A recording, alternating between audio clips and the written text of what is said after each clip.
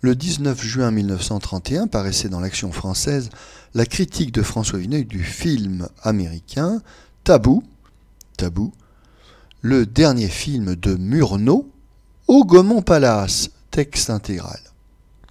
Nous avons salué dans cette page la fin de Friedrich Wilhelm Murnau, l'un des trop rares artistes dont la culture, l'intelligence, l'opiniâtreté purent honorer le cinéma, tué à Hollywood au mois de mars dans un accident d'automobile. Durant cette vie trop courte et fort remplie, Murnau fut trop bien protégé contre l'incertitude matérielle pour qu'on le veuille comparer au créateur bafoué, besogneux et solitaire, dont les glorieuses misères jalonnent l'histoire de la poésie, de la musique, de la plastique. Mais il est facile de deviner les combats intimes de ce destin, bien qu'on ne le connaisse presque qu'à travers ses œuvres. Appelé au cinéma par une vocation sincère, Murnau semblait supérieur à l'esprit actuel de ce métier. Il avait débuté en Allemagne, dans cette époque de foi et d'enthousiasme pour l'écran qui suivit la guerre, et donnait bientôt quelques maîtresses productions, La Terre qui flambe, Nosferatu le vampire, Le dernier des hommes. Jeune gloire d'un art naissant, Murnau paraît avoir trouvé toute liberté de s'exprimer, de se parfaire. Cependant, les studios allemands subissent une éclipse. La fable américaine prend corps pour donner un sang nouveau à son industrie défaillante et qui se pastiche déjà elle-même. Hollywood convoque des Européens, Murnau et du voyage. Il serait absurde de dire que les artistes du vieux continent n'ont rencontré en Californie que vexation disciplinaire, rigorisme, autocratisme, mais il est bien vrai qu'il y faut une sorte d'âpreté pour savoir imposer sa personne, employer à sa guise la merveilleuse machinerie, la source de dollars prodigués si souvent avec une telle inconséquence. Ce fut là sans doute le secret d'un Stroheim, d'un Sternberg. Murnau, moins autoritaire, eut aussi moins de chance. Dans ses films américains, L'Aurore, Les Quatre Diables, La Bru surtout, on sent l'homme dépaysé, en butte à des âmes et des mœurs cruellement étrangères, tâtonnant, s'accrochant dans la déroute de ses convictions et de ses moyens à une lente minutie technique. Il dut souffrir, prévoir sa déchéance, il aurait pu, comme tant d'autres, abdiquer, ouvrir sa boutique à pellicule. Il préféra lutter encore. En compagnie de Flaherty, l'auteur de Nanook et de Mahona, il partit pour la Polynésie française, sans dissimuler que c'était là une évasion. La décision du pauvre Gauguin, abandonnant une charge fructueuse pour aller peindre les filles de Tahiti, est sans doute plus héroïque et poignante que l'exode de Murnau, emportant dans ses bagages un beau contrat de la Paramount et un matériel de premier ordre. Mais le cas du cinéaste relève aussi beaucoup moins de la littérature. Simplement, il obéissait à une nécessité morale. Il resta plus d'une année. Il revint avec un film pur et poétique, Tabou, que l'on verra cette semaine à Paris. Si l'on sait lire entre les lignes des échos et des informations qui pullulent autour de toutes les grandes nouveautés cinématographiques, on en déduira vite qu'en abordant la Polynésie, Murnau et Flaherty songeaient plus à une enquête visuelle qu'à un drame. La grâce, la vivacité, l'intelligence de leurs acteurs maoris allaient renverser leur projet. Beaucoup plus qu'un documentaire romancé, Tabou est un roman idéalisé par son cadre. En quête d'un sujet, Murnau avait le choix entre 100 légendes, superstitions et rites. Il se décida pour celui de la Vestale. Dans un des derniers coins inviolés du paradis polynésien, en réalité la petite île de Bora Bora, le beau pêcheur Mataï et la danseuse Reri s'aiment dans une adorable innocence. Mais un navire amène le vieux chef Itou. Il vient choisir la Vierge réservée au culte des dieux, que ce redoutable honneur rendra tabou, inaccessible sous peine de mort pour elle et pour l'audacieux sacrilège qui oserait lever des yeux coupables vers la nouvelle idole. Reri est désigné par le prêtre. Dans l'allégresse générale qui suit cette élection, la petite amoureuse promène un visage désespéré. Le cœur de Mataï s'est également brisé. La fête et les danses religieuses exaspèrent leur passion et leur tristesse. À la nuit, Mataï arrache Reri des mains de Itou et l'enlève en canot. Ils atterriront quelques jours plus tard dans une autre île ouverte aux Blancs, où la civilisation va leur permettre, croit-il, de cacher et d'oublier le crime contre la loi ancestrale. Brève illusion. Si le naïf Mataï est fêté pour son adresse à la pêche des perles, personne ne lui apprend à vivre selon des coutumes inconnues, ne se soucie de protéger ce sauvage contre une menace atroce. Car Itou, redoutant la colère des dieux, a suivi la trace des fugitifs. Il vient, comme un fantôme, réclamer la prisonnière sacrée. Mataï et Réri songent à s'éloigner encore, à gagner Papété. Mais il faut payer le bateau, ils n'ont plus d'argent.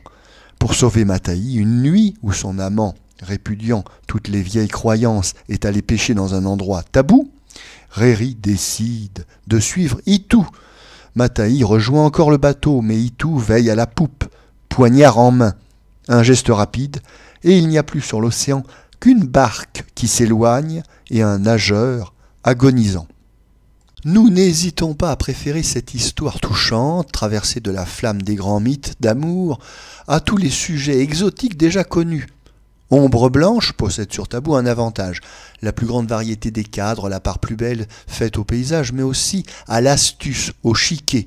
Et le scénario est assez primaire, lourdement établi sur le contraste du barbare ingénu et de la civilisation meurtrière. La tristesse des paradis saccagés est beaucoup plus profondément exprimée dans le style simple et nu de Tabou que dans une allégorie complète et circonstanciée. Pouvait-on réunir plus de délices que dans les premières images du film, corps ravissants, cascades fraîches, fruits, branchages, insouciance, jeux idylliques? On devine la félicité de Murnau, enfin délivré du puritanisme, des stars et des conseils d'administration, suivant avec ivresse les glissades des baigneuses adolescentes. Nous ne brodons point. Seule une participation instinctive de l'artiste à cette féerie peut expliquer le lyrisme où baigne toute la première partie du poème. Mais quelle mélancolie aussitôt! On a lu les récits des voyageurs les moins suspects. L'athlète Mataï et Réri, aux membres doux et ronds, sont d'admirables types d'une race charmante. Ils ne nous font malheureusement pas douter de sa mort. On sait que Murnau, longuement, les dressa, trop bien même, au goût de certains. Nous voulons dire d'abord comme la docilité, la finesse intuitive de Mataï et de Réri sont en elles-mêmes émouvantes et chargées de nostalgie. Signe certain de la prochaine disparition de ce peuple heureux. Il est à la fois délicieux et poignant de voir Réri par instant, avec sa grâce discrète, la tendresse de ses yeux et tout ce que son visage a d'imperceptiblement fané, évoquer l'inoubliable Liliane Guiche. Puis, à côté de ces êtres trop purs, trop malléables, trop sensibles au raffinement de l'étranger, pour subsister longtemps, voici dans l'île même des rêves, la délicieuse Bora Bora, des images attendues de la déchéance, faciès marquée par le sang blanc ou le sang asiatique. Quand les fiancés débarquent dans le pays des perles, ils sourient aux phonographes, aux bars, aux accordéons. Ils ne voient pas l'ignominie des toits de zinc sous les palmiers, des marchands chinois, des corps métissés et déformés, quand ce ne sont pas spectacles plus pénibles, ceux des derniers Maoris qui déguisent sous des casquettes, des salopettes, des savates, leur élégance de demi-dieu. Murnau, qui connut toujours le prix de l'image nue, n'ajoute pas un mot de commentaire. Peut-être ne rechercha-t-il que le contraste entre un décor souillé et un drame primitif.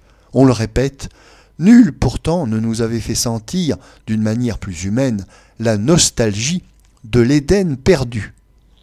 Déjà sans doute n'est-il plus possible de réaliser dans l'archipel océanien un film tel que Moana.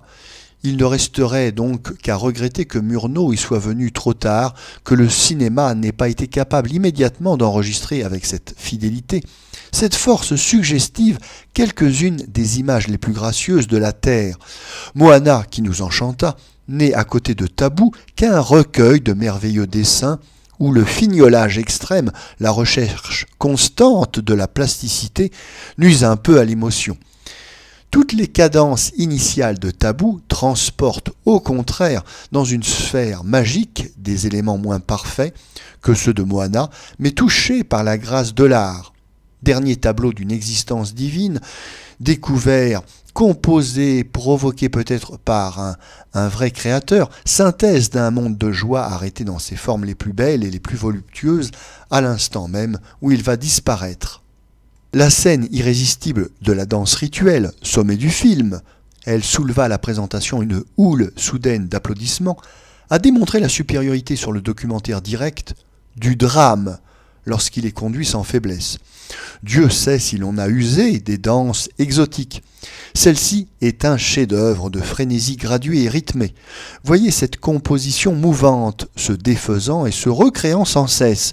Le rire un peu énervé et candidement sensuel de la première ballerine, éclatant à point nommé, à la place exacte où on l'attendait. L'entrée douloureuse de la Vierge élue, l'apparition de Mataï, leur colloque muet qui s'exalte jusqu'à l'explosion de la fougue amoureuse, le délire qui gagne les assistants et que brisera net le geste de colère du vieux Itou. Il faudrait multiplier les exemples. Le départ des pirogues indigènes, les rencontres de l'admirable Mataï et de son frère, un délicieux bambin maori, la pêche au harpon, la pêche aux perles. Autant de preuves qu'il n'existe pas de lieu commun pour l'artiste portant en lui sa vision originale des choses et des hommes. On relèvera cependant quelques poncifs inhérents, on ne sait pourquoi, association d'images et d'idées, réminiscence plus forte que la vie, à tous les films de la série des mers du Sud, Caïn, Ombre blanche et la désolante Chanson païenne. Appel de trompe marine, poursuite d'un bateau par un intrépide nageur. Il est plus délicat de définir et de peser les germanismes de Murnau. L'allemand, en effet, même aux antipodes, montre le bout de l'oreille. Non dans la première partie où le blanc se saoule de sa liberté, mais ce n'est pas seulement à cause de sa moustache de banquier américain que Itou nous déconcerte quelquefois. Ne surgit-il pas dans la case de l'élu fermé, menaçant, le bâton au poing comme le voyageur céleste, le Wotan Wanderer de la tétralogie? Mais à tout prendre, les légendes s'accordent par-delà les âges et les mers. Pour avoir été retouchée par un esprit nordique, la fatalité qui pèse sur les amants polynésiens n'en est pas moins émouvante et terrible, sortie de l'éternel, universel et redoutable tréfonds de la crainte religieuse. Notons une imperceptible lenteur dans la progression des derniers actes du drame, l'emploi inutile de 2 ou 3 symboles, la projection finale du mot tabou que l'on aimerait couper. Aux prises avec un thème qui nous met aux lèvres des épithètes homériques et virgiliennes, il est fort naturel que Murnau, adressé comme un marbre grec le splendide Mataï, glissait quelques allusions antiques. Aucune n'est vraiment déplacée ou conventionnelle, toutes s'incorporent au rythme général. D'une incomparable luminosité, précisant les volumes en les caressant, se dégradant en 1000 demi-teintes, la photo participe magnifiquement à l'harmonie de l'ensemble. Les deuils du jeune cinéma sont plus cruels que tous les autres. Les morts disparaissent d'ordinaire en pleine maturité de leur talent, en plein essor du langage qu'ils avaient choisi. Murnau, du moins plus heureux que Lupoupek, sera parti en beauté, ayant réalisé probablement son meilleur film, certainement celui qui le délivra le plus.